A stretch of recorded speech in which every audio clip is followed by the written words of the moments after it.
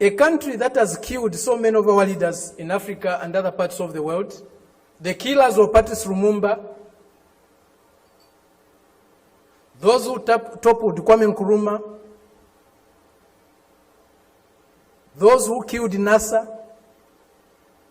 those who killed Muammar Gaddafi, today are coming to teach us about democracy. If you have no respect for the dignity of others, if you have no respect for the sovereignty of other countries, you cannot claim to be a champion of democracy. Comradely, respected comrades and friends, in a truly fair, free and peaceful world, democracy takes many forms of expression, not only one. I believe democracy is a government in which all the people participate, in which the interests of the people reign supreme, in which their country's sovereignty, their country's honor is at the top. It seems that this month is a month of democracy discourse in the world. At the end of this month, there will be a conference in Lusaka, or a summit in Lusaka, Zambia, my country, led by the United States. They have come to Southern Africa to teach us democracy. A country that was opposed to our liberation, a country that supported colonial regimes, the apartheid regime in South Africa, the white racist minority regime in Zimbabwe, now Rhodesia, now Zimbabwe, the Portuguese colonial governments in Mozambique, in Angola, in Guinea-Bissau, and Cape Verde, today is coming to Africa to teach us about democracy.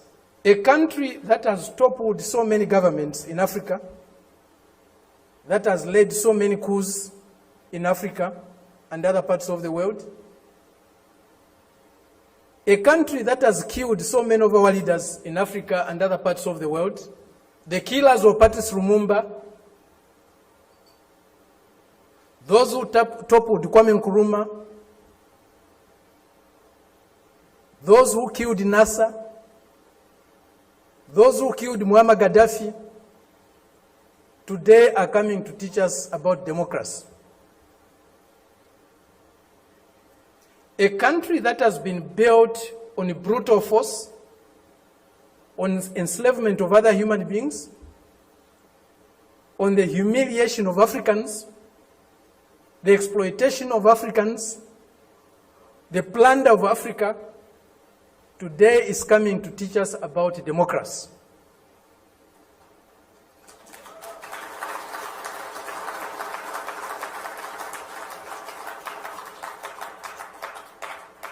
That's the arrogance, the imperialist arrogance, the racist arrogance that we are subjected to.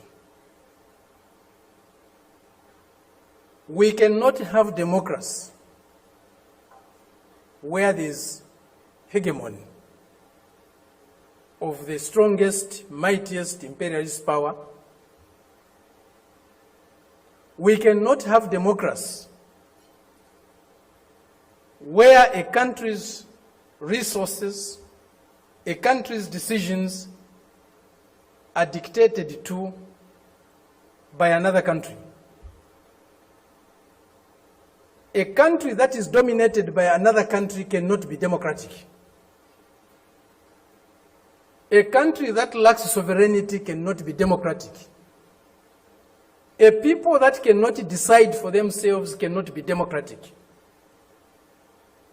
A colony, a neo-colony cannot be democratic. That's why today, even at the United Nations, membership is on the basis of sovereignty. Only sovereign nations can be members of the United Nations, because only sovereign nations can decide for themselves. A colony cannot be a member of the United Nations. It's not by accident. It's not a mistake. If you have no respect for the dignity of others, if you have no respect for the sovereignty of other countries, you cannot claim to be a champion of democracy. They used to say, all roads lead to Rome. Today, we can confidently say, all roads to progress, all roads to what is better for humanity leads to Beijing.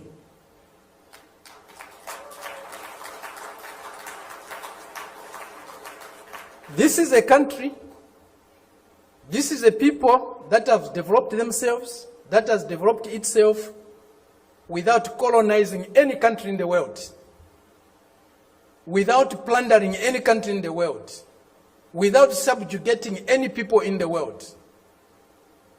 This is a country that is developing with maximum respect for others, for their history, for their cultures, and recognizes the diversity that is there in civilization.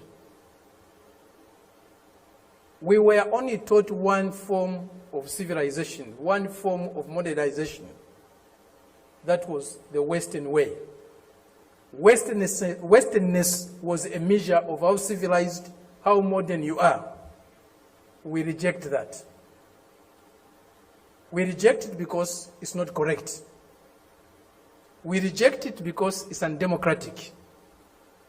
We reject it because it's uncivilized to think of the world and of other people in that way.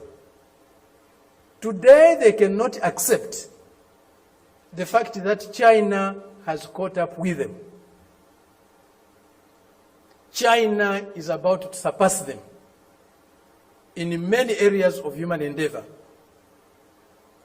The imperialist arrogance is inhibiting them from accepting that reality. The racist arrogance is inhibiting them from accepting that reality. But the world is changing. The changes we are witnessing today, as President Xi said in Moscow recently, or the other day, they have never been seen in 100 years. They have shaped a world that they themselves today are scared of. And they have shaped a world that is not sustainable. Democracy, human development is not sustainable on the basis of plunder, on the basis of enslavement, on the basis of humiliating other people every day. That is a system we are seeing today, a system that will not survive if plunder is eliminated, if subjugation of other peoples, other nations is eliminated, if inequality in the world is eliminated. That system will disappear. The only system that you can survive and can endure for long is a system that is based on mutual benefit, win-win relationships, mutual respect for others, accommodation and tolerance of others, and fraternal love for all humanity.